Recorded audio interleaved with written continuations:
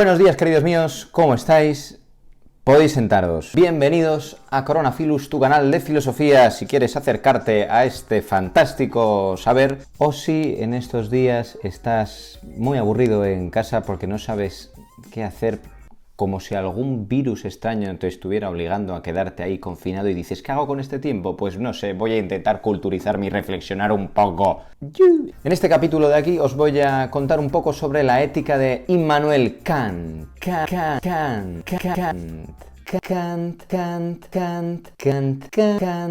Bueno, por si alguien no lo ubica, Kant es uno de los mayores filósofos ilustrados y en cuanto tal va a dar un peso grandísimo al uso de la razón. Es decir, va a considerar que la razón es el instrumento principal y privilegiado del hombre para poder conocer toda la realidad.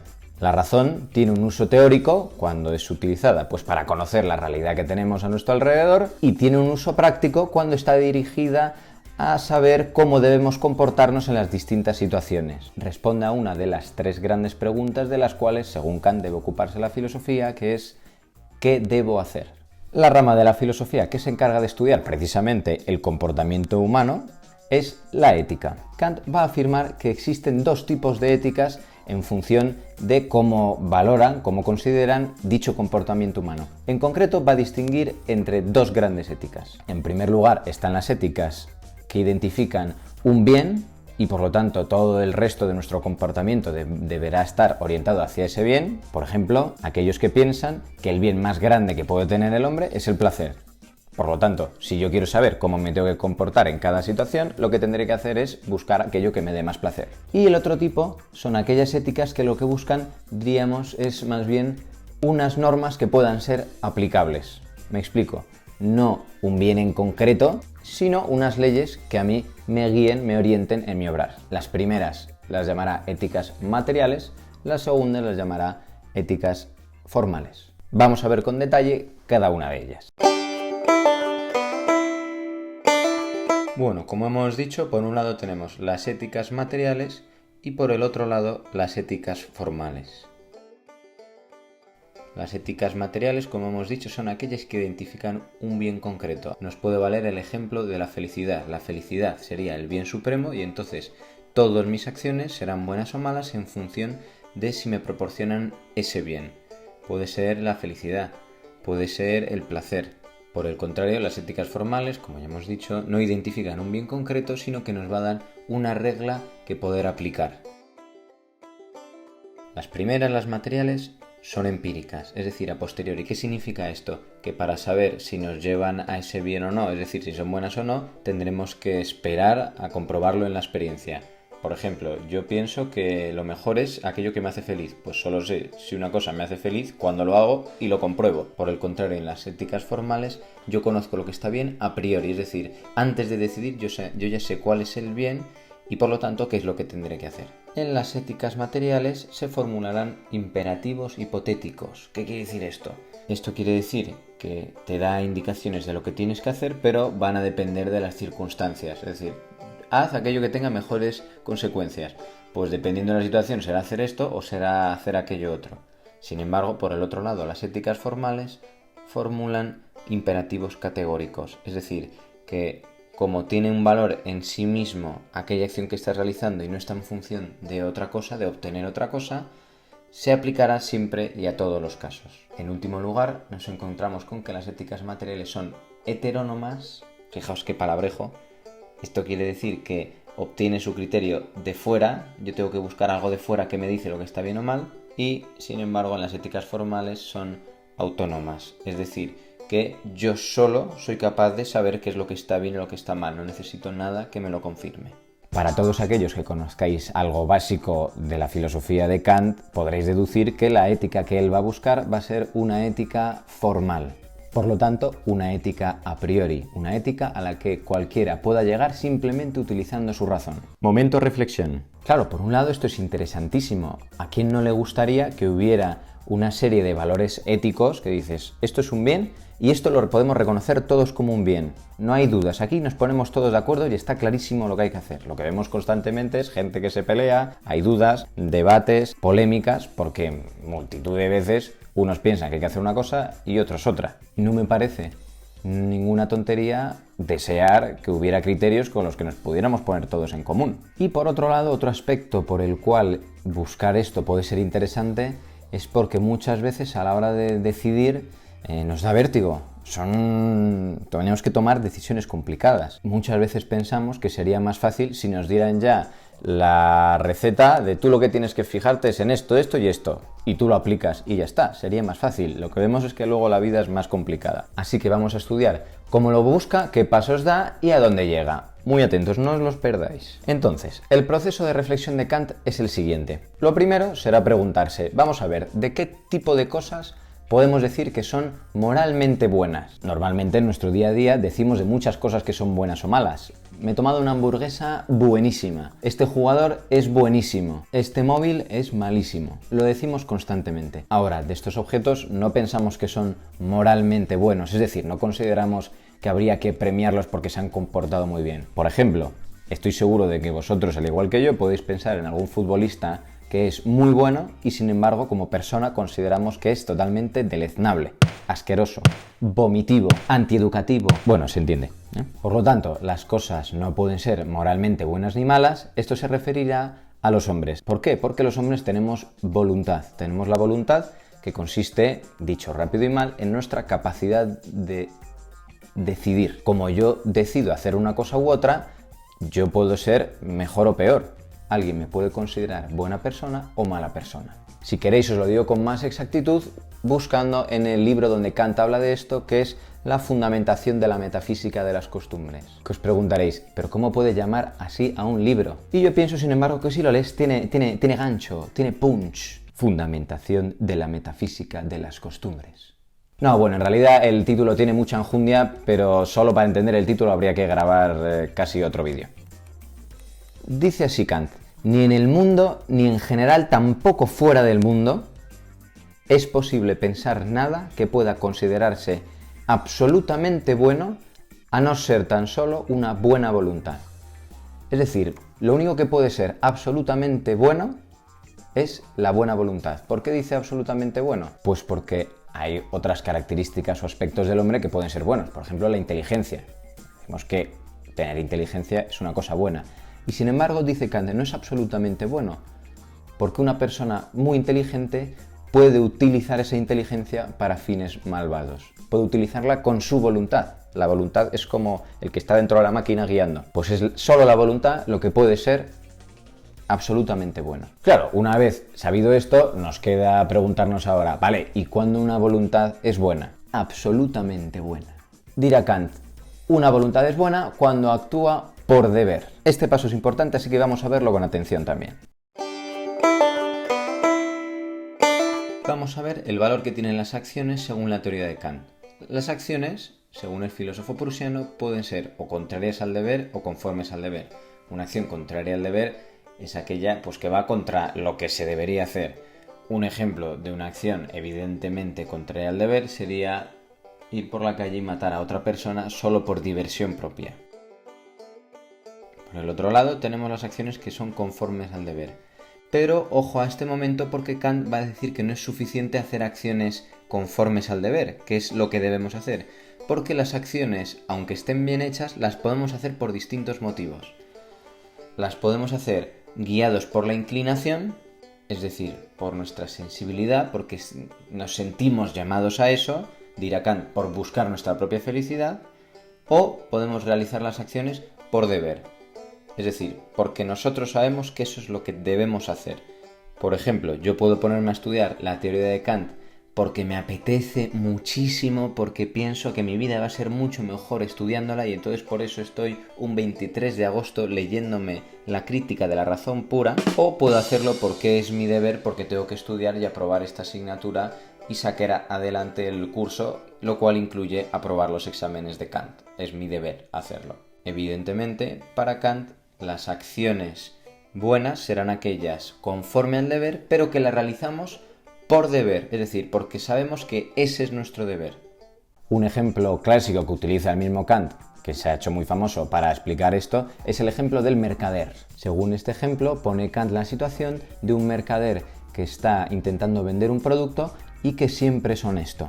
Esto quiere decir que siempre dice la verdad a todos sus clientes y nunca intenta engañarles. Vendiendo un poquito más caro esto, te digo que aquí hay 3 kilos pero hay 2,5. No, es un tío siempre honesto. Dice Kant, eso está muy bien, es una acción conforme al deber.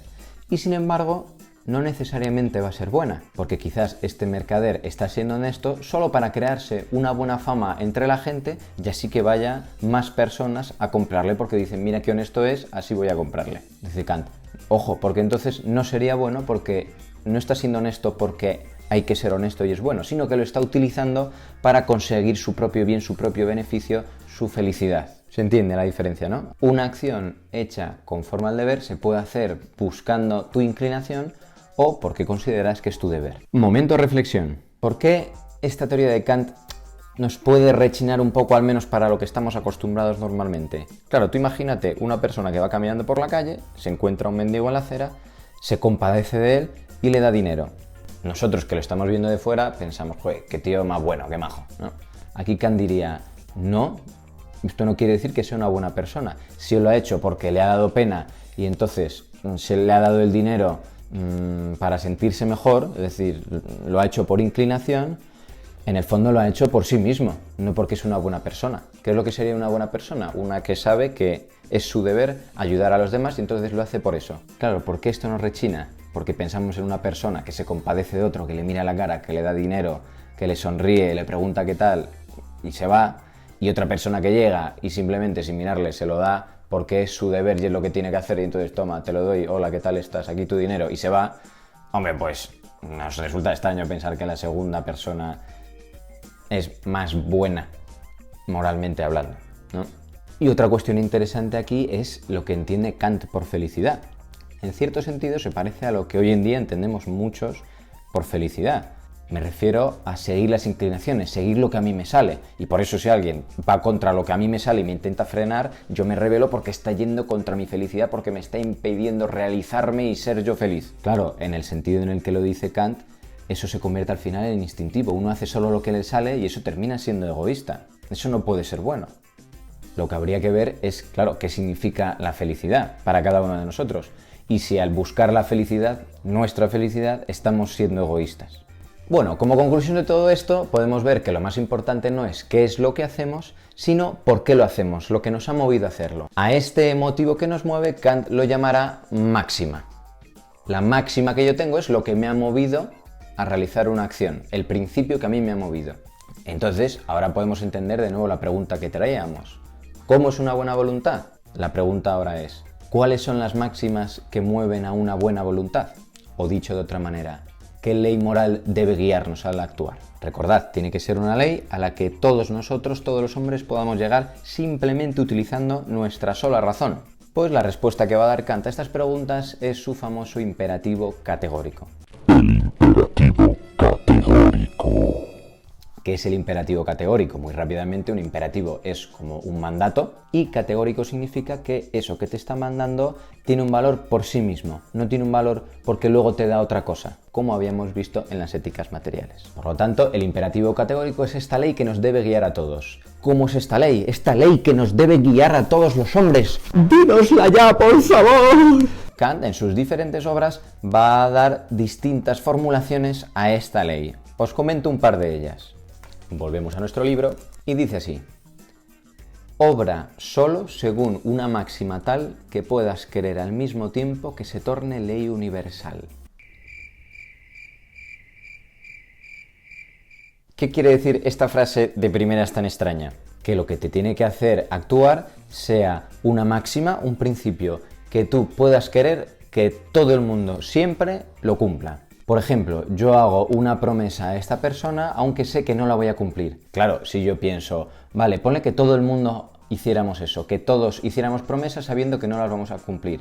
Entonces las promesas dejarían de tener ningún valor, nadie prometería nada, entonces las promesas evidentemente perderían todo su valor y seríamos incapaces de relacionarnos con otras personas haciendo tratos, pactos, alianzas, etc. Otra de las formulaciones conocidas que le da Kant es obra de tal modo que uses la humanidad, tanto la tuya como la de cualquier otro, siempre como un fin en sí mismo y no como un medio. Bueno, hasta aquí hemos seguido los distintos pasos que llevan a Kant a responder a la pregunta inicial que nos habíamos hecho, que era, si os acordáis, ¿qué debo hacer? La conclusión a la que ha llegado Kant es el imperativo categórico. Si habéis seguido el vídeo hasta aquí y lo habéis comprendido, digamos que tenéis ubicadas las nociones básicas de la ética de Kant. Un apartado que nos quedaría ahora es, digamos, la conclusión que se extrae de todo el proceso de la ética de Kant, de todo lo que hemos visto hasta ahora. Para entender esta parte de aquí es fundamental que conozcáis lo anterior. Si no conocéis nada de la parte teórica de Kant, digamos, con la crítica de la razón pura y el problema de la metafísica, es mejor que lo veáis antes porque si no, no vais a entender ni papa de lo de ahora. Podéis verlo aquí en este vídeo. Si no sale nada es que todavía no he grabado este vídeo, entonces,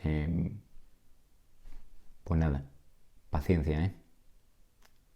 Como recordaréis, en la crítica de la razón pura, Kant ha llegado a la conclusión de que no se puede conocer nada de los grandes objetos de la metafísica, que son Dios, la libertad y la inmortalidad del alma. Vamos a ver cómo ahora, en el uso práctico de la razón, nos van a volver esos objetos. ¿De qué manera? En forma de postulados de la razón práctica. Los postulados de la razón práctica. Bueno, esto no es tan complicado. ¿Qué es un postulado? Es aquel principio que admitimos como cierto sin necesidad de ser demostrado. Pues Kant va a decir que, por cómo ha explicado la moral y por el hecho de que los hombres somos seres morales, se tiene que afirmar seguro, como postulado, la existencia de tres principios. En primer lugar, ¿por qué es necesario que exista la libertad? Hombre, si todos estuviéramos determinados por nuestra biología o por nuestras circunstancias y no fuéramos libres, entonces no habría moral, porque no seríamos ni mejores ni peores porque hemos elegido obligados. Entonces sería absurdo que hiciéramos una valoración moral de algo que hemos hecho obligados. Sería como si yo fuera mejor o peor persona por ser alto o bajo. Es algo que no depende de mí, por lo tanto no puedo ser bueno ni malo por eso. En segundo lugar, la inmortalidad del alma.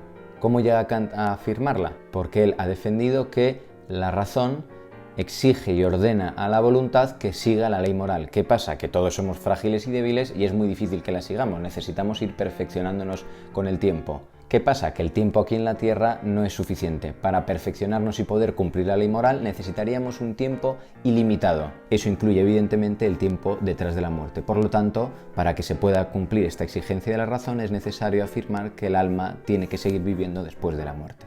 Y en tercer lugar, debemos afirmar como postulado la existencia de Dios.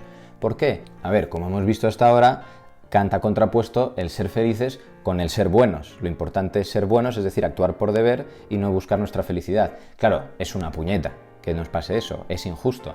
De hecho, muchas veces los hombres que son malos son más felices. Dice Kant, como esto es injusto, no puede ser que sea así, tiene que existir alguien, Dios, como representación del mundo ideal, que garantice que antes o después aquellas personas buenas sean también felices, porque esto es lo justo.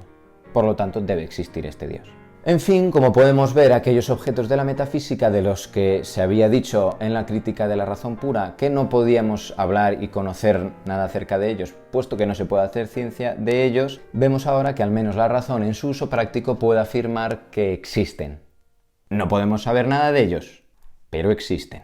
Bueno, hasta aquí el vídeo de hoy, espero que os haya ayudado, que os haya servido y os haya permitido entender un poquito más de la filosofía de Kant, que es muy interesante y nos da mucho que pensar. Como siempre les digo a mis alumnos, lo importante no es solo que hagáis el trabajo de entender y comprender lo que dice Kant e incluso poder criticarlo o alabarlo. Lo importante es qué hacemos con esas preguntas a las que ha intentado responder Kant, porque si no nos convencen sus respuestas, tendremos que dar nosotros otras mejores. ¡Ánimo y buena aventura en este fantástico mundo del pensamiento!